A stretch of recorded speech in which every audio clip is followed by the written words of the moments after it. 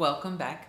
I'm going to talk to you about your rational adult parts. And because when we start talking about the system, these are the parts of self that you want to spend your most time in, right? Because we recognize that we get emotionally triggered and we get triggered into our child or our protector parts.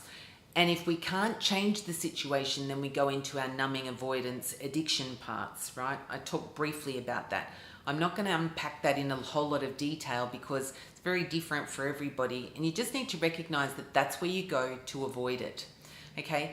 What we want to do is not avoid it. What we want to do is start developing some clear, rational kind of ways to move ourselves forward and to take control of our lives. So I always talk about the fact that you have at minimum 3 kind of conscious, rational parts. Okay, you've got your socialite, which is the part of you coming from your child part into your rational. That's the part that's trying to connect with other people so that you can prove to yourself that you're actually valuable and worthwhile. That's the part that's nice to others, that's trying to, speak kindly to people, to engage them in a way that makes you feel like they're happy for you to be around. So that's your socialite, rational part. That's the part that will keep you socially connected. On the other side, we have your worker, practical, right? Your rational working self.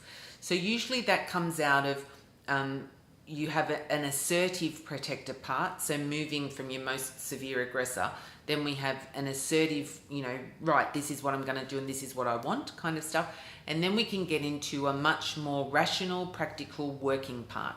I need to get on with the job. I need to do this. It doesn't have to be at work, but when I want to do things and I want to make sure that I get an outcome from something for my life, then I have to get into that working mode, right? So I have to get that part of me that's focused and able to get on with what I want to do.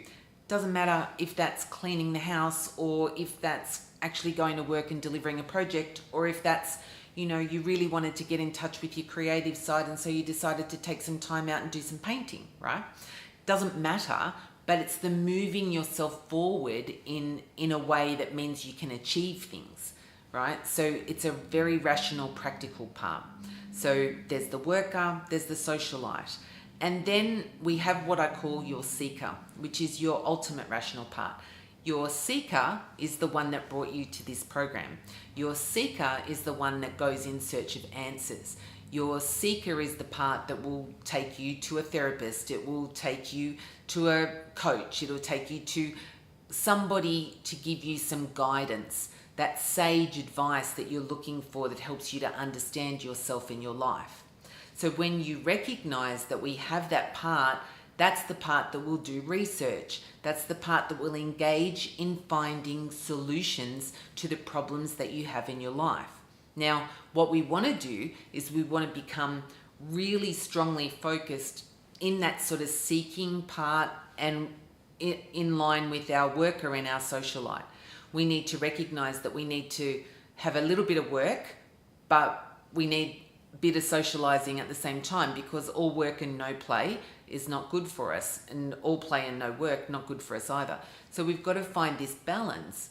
But in that balance, we also need to feel that there is an element of ourselves that can help us find the solution to any problem that we actually feel that we face.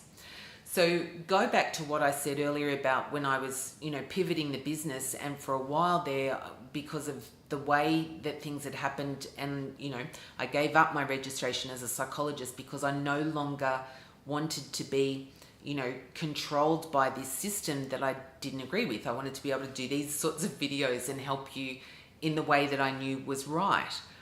But initially, when I first left it, that sense of, being out of it starts to, shake the foundations of how I perceive myself. But it's just a label. And as soon as I can change the language around the fact that, the label doesn't change my experience. The label doesn't change the language that I use. The label makes no difference to the outcomes.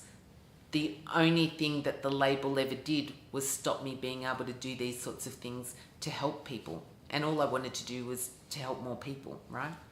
So it's the element of sometimes these things that limit us or control us and the language that we have around them that really makes our ability to focus in on our rational parts and use language to move ourselves forward, that can really help us to get on with our lives and make our lives, you know, the best things for ourselves.